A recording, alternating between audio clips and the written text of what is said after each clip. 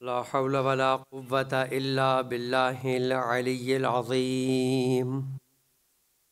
Rabbi इश्रह ली सदरी व यस्सिर ली अमरी वहलुल उक़दतम मिन लिसानी यफ़क़हू क़ौली।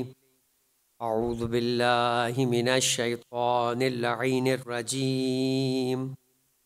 बिस्मिल्लाहिर रहमानिर रहीम। अल्हम्दुलिल्लाहि रब्बिल आलमीन वस्सलातु वस्सलामु अला अशरफिल अंबिया वल मुरसलीन सय्यदिना व नबिय्यिना व मौलाना अबिल क़ासिमी मुहम्मद अल्लाहुम्मा सल्लि अला मुहम्मद व अला मुहम्मद व अला आलिहि अत्तय्यबीन अत्ताहिरीन वल्लअनतुद्दाइमतु अला अअदाइहिम अजमईन। अम्मा बअद फ़क़द क़ालल्लाहु तबारक व तआला फ़ी किताबिहिल करीम। बिस्मिल्लाहिर रहमानिर रहीम। सुम्मा जअलनाका अला शरीअतिन मिनल अम्र फत्तबिहा वला तत्तबि अहवाअल्लज़ीना ला यअलमून। दुरूद पढ़े मोहम्मद वाले। अल्लाहुम्मा सल्लि अला मुहम्मद। अज़ीज़ान मोहतरम,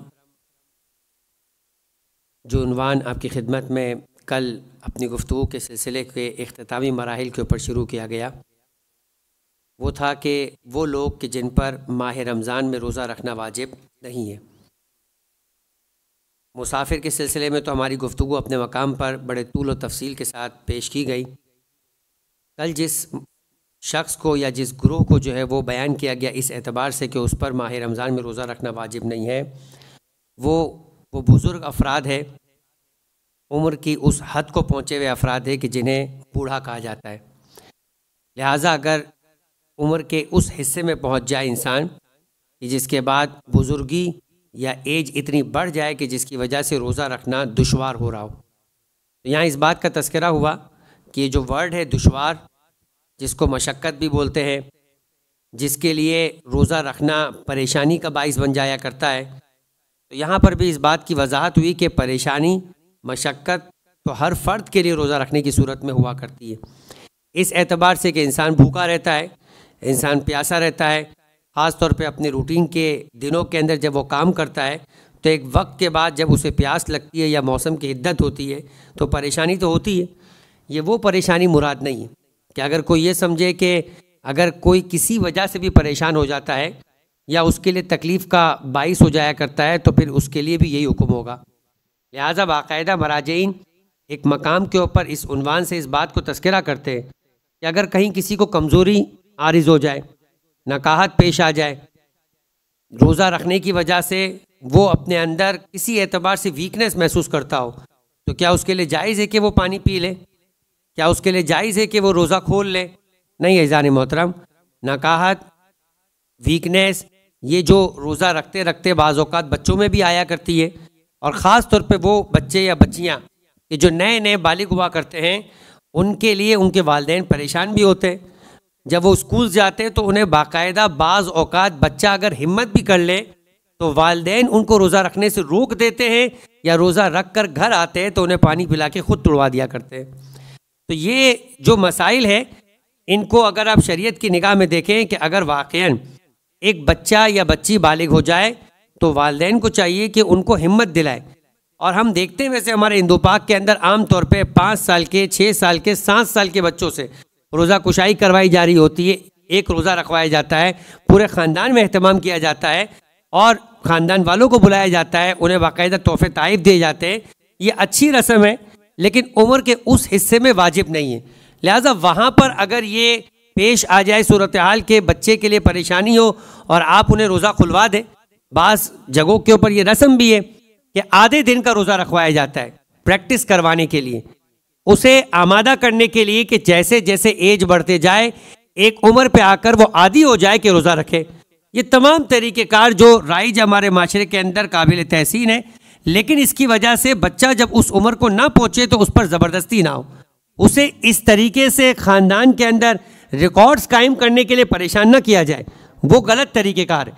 लेकिन जब बच्चा बुलूगत की उम्र तक पहुंच जाए, चाहे वो लड़का हो चाहे वो लड़की, अब घर वालों की जिम्मेदारी बनती है कि वो उसको तशवीक भी दिलाए, वो उसको सहारा भी दे, सपोर्ट भी करे और उसको आमादा करे कि वो अपना वाजिब रोज़ा मुकम्मल करे। और इस सिलसिले के अंदर अगर कोई नकाहत हो जाए या कोई कमज़ोरी हो जाए तो इसकी वजह से घबराने की ज़रूरत नहीं है, क्योंकि ये घबराहट या ये बीमारी या ये वीकनेस उम्र के हर हिस्से के अंदर हो सकती है और मौसम की वजह से भी हो जाया करती है।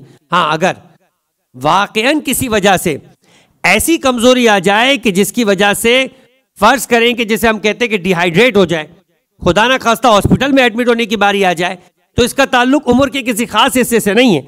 चाहे फिर वो 10 साल की बच्ची के साथ ये सूरत हाल हो, चाहे वो 40 साल के मर्द या औरत के साथ सूरत हाल हो, चाहे ये फिर 50 या 60 साल के बंदे के साथ ये सूरत हाल हो।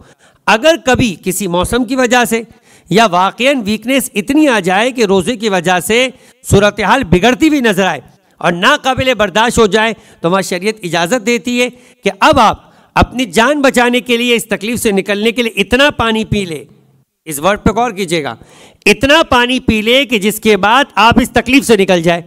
अब अगर वो पानी 2 घूंट पानी है तो फिर 2 घूंट ही पीने की इजाज़त है।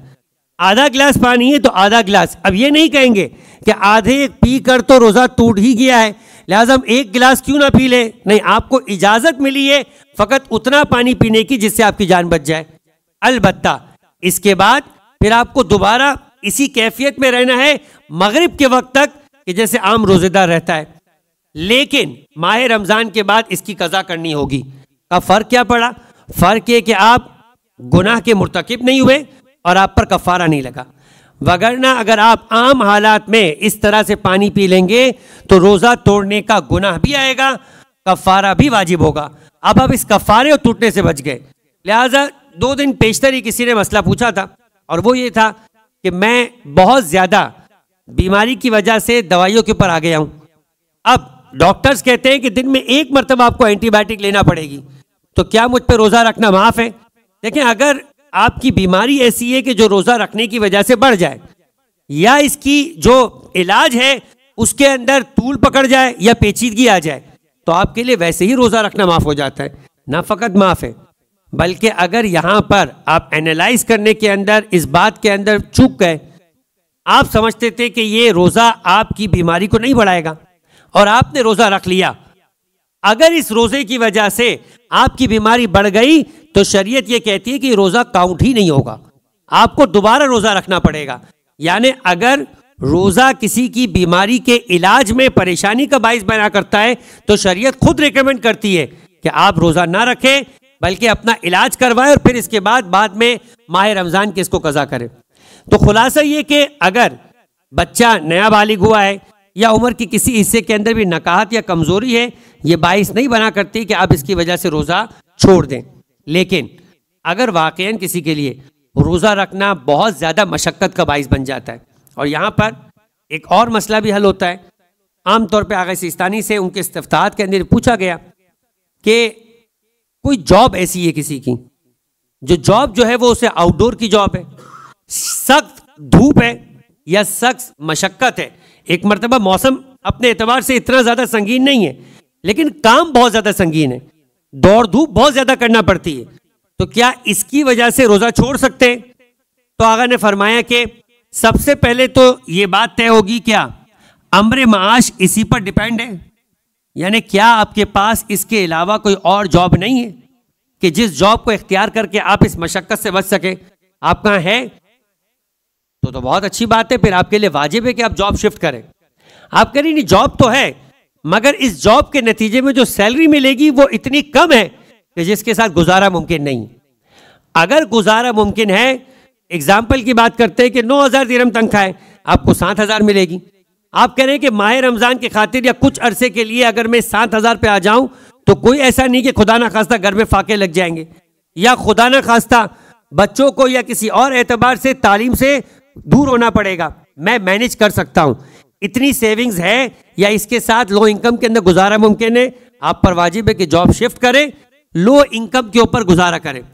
लेकिन जॉब नहीं मिलेगी, इतनी कम तनख्वाह मिलेगी कि जिसके साथ गुजारा मुमकिन नहीं है और यही जॉब करनी है और माह रमज़ान है, तो आगे सिस्तानी फरमाते हैं कि चूंकि अब ऐसी मजबूरी है कि जिसके आपके पास जिसका कोई हल मौजूद नहीं है, तो फिर आपके लिए इजाजत है कि आप इस जॉब को कंटिन्यू करें, रोजा फिर भी नहीं छोड़ सकते। तो फिर क्या करेंगे? मसला तो हल नहीं हुआ। का मसला है कि आप रोजा रखकर घर से निकलेंगे और जॉब पे रोजा रखेंगे। जब उस कैफियत तक पहुंच जाए कि अब बगैर खाए पिए आपके लिए इतनी जहमत बन रही है कि अब मुश्किल हो गया बहुत ज्यादा, तब इजाजत है आपको इतना खाने पीने की कि जिसके साथ आपकी जिंदगी की वो मुश्किल, वो परेशानी जो भूख को प्यास की वजह से वो हल हो जाए, दोबारा उसी कैफियत में रहेंगे और माह रमजान के बाद इस रोजे की कज़ा करेंगे। तो ये मसाइल है जिसको समझने की यूं जरूरत है। अब आ जाइए दोबारा उस बुजुर्ग वाले मसले पर कि अगर उम्र इतनी बढ़ गई है कि जिसकी वजह से रोजा रखना मशक्कत में आ रहा है इंसान, जाहिर सी बात है ये आहिस्ता आहिस्ता एज मजीद बढ़ेगी, कम तो नहीं होगी। अगर बीमारी है तो इस बात का इम्कान है कि आप इलाज करा के अपने आप को दुरुस्त कर ले। नकाहत है तो आप किसी एतबार से डॉक्टर से कंसर्न करके अपनी इस मसले को हल करें, मगर एज बहराखिर बढ़नी है, लिहाजा ये एज अब इस लेवल तक पहुंच चुकी है कि अब रोजा रखना दुश्वार होता जा रहा है।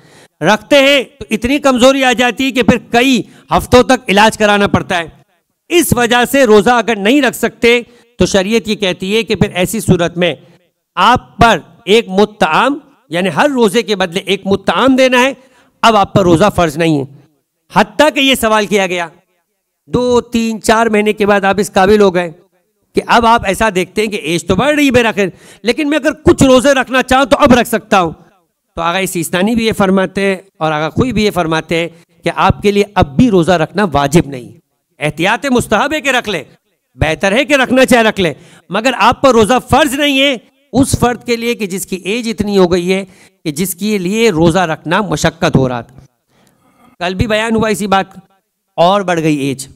ये मसला था मिसाल के तौर पे 60, 65, 70 साल के लिए, एज बढ़ते बढ़ते 80 तक पहुंच गई, 85 तक पहुंच गई, अब बिल्कुल काबिल ही नहीं रोजा रखने के। मशक्कत की बात नहीं है, रख ही नहीं सकते। फरमाया कि ऐसी सूरत में रोजा इस तरह से साकित है कि अब एक मुत्ताम भी देना फर्ज नहीं है। तो ये 2 सूरत हाल हो गई। आज इसी से एक और मसला निकाल कर गुफ्तगू तमाम करें। जुल अत्ताश, ये एक टॉपिक है, बाकायदा फिक के बाब के अंदर डिस्कस होता है। देखिए मैंने 1 सेकेंड कहा कि बाज़ औक़ात कोई बात की जाती है तो फौरन कोई इससे सुए इस्तिफादा कहते हैं, यानी फायदा उठाने की कोशिश करता है। जुल अत्ताश किसको कहते हैं? साहिब प्यास। जैसे आप अत्ताशी करबला, बड़ा मशहूर उन्वान है करबला के अंदर, मौला अब्बास अलैहिस्सलाम के लिए अल्फाज कहे जाते हैं, साकिल अत्ताशी, यानी प्यासों को पानी पिलाने वाले। तो अब ये जो जुल अत्ताश है ये प्यास वाला है, तो बताइए कि माह रमजान में कौन रोजा रखता है उसको प्यास नहीं लगती? तो इसका मतलब है कि सारे इस मसले से फायदा उठाएंगे? नहीं जानी मोहतरम, ये एक उन्वान है उस गुरोह के लिए कि जिसे ऐसी प्यास लगती है जो नाकाबिले बर्दाश्त होती है, यानी वो पानी ना पिए तो आप समझिए कि जाँ बलब हो जाए, मर जाएगा। और ये बीमारी है, ये मौसम की वजह की सूरत हाल नहीं है। कभी कभी मौसम की वजह से हो जाए, किसी के लिए खास सूरत हाल हो जाए तो उस सूरत हाल में उसके लिए हुक्म आ जाएगा, जैसे कि गुज़िश्ता सारी गुफ्तगू में बात की गई। लेकिन अगर कोई बीमारी ऐसी आ जाए कि जिसकी वजह से उसे हर कुछ मिनट के बाद, हर 10-15 मिनट के बाद कुछ घूंट पानी पीना पड़ता है, वरना मुंह इतना ज्यादा सूख जाता है कि उसको सांस रुकना शुरू हो जाती है, तो फिर ऐसी सूरत के अंदर वो रोजा नहीं रख सकता। फरमाया कि यहां भी 2 ग्रुप है, जिस तरह बुजुर्ग में 2 ग्रुप है। अगर मशक्कत है, करना चाहे तो शायद दुनिया में रिकॉर्ड कायम करने के लिए Guinness book of world record में लिखवा कर वो अपने आप को रोजा रख लेगा और फिर आकर हॉस्पिटल में एडमिट हो जाएगा और कहेगा भाई रिकॉर्ड कायम हो गया। शरीयत कहती है कि हमें इस रिकॉर्ड से किसी तरह का कोई भी जो है वो दिलचस्पी नहीं। अगर मशक्कत है और ऐसी मशक्कत है कि जो बर्दाश्त नहीं की जाती, तो इस फर्द के लिए भी हर रोजे के बदले एक मुत्ताम है। और अगर ये बाद में माह रमजान के बाद सेहतयाब भी हो जाता है तब भी इस पर रोजा रखना फर्ज नहीं है। लेकिन अगर ऐसा जुल अत्ताश है कि जिसके लिए मशक्कत नहीं, मुमकिन ही ना हो रोजा रखना, तो फरमाया कि ऐसे फर्द के लिए रोजा माफ है असलन, इस पर मुत्ताम भी नहीं है और इसकी कोई जिम्मेदारी सिलसिले के अंदर नहीं है। गोया ये शरीयत के एतबार से उन अफराद में शामिल ही नहीं है कि जो मुकल्लफ करार पाएगा रोजा रखने के लिए। तो ये 2 ग्रुप थे, बुजुर्ग और जुल अत्ताश। इसके साथ ही अपने गुफ्तगू को आज के हद तक तमाम करते हैं। परवरदिगार आलम की बारगाह में दुआ करते हैं कि हमें अहकामात दीनी को हासिल कर कर इस पर अमल करने की तौफीक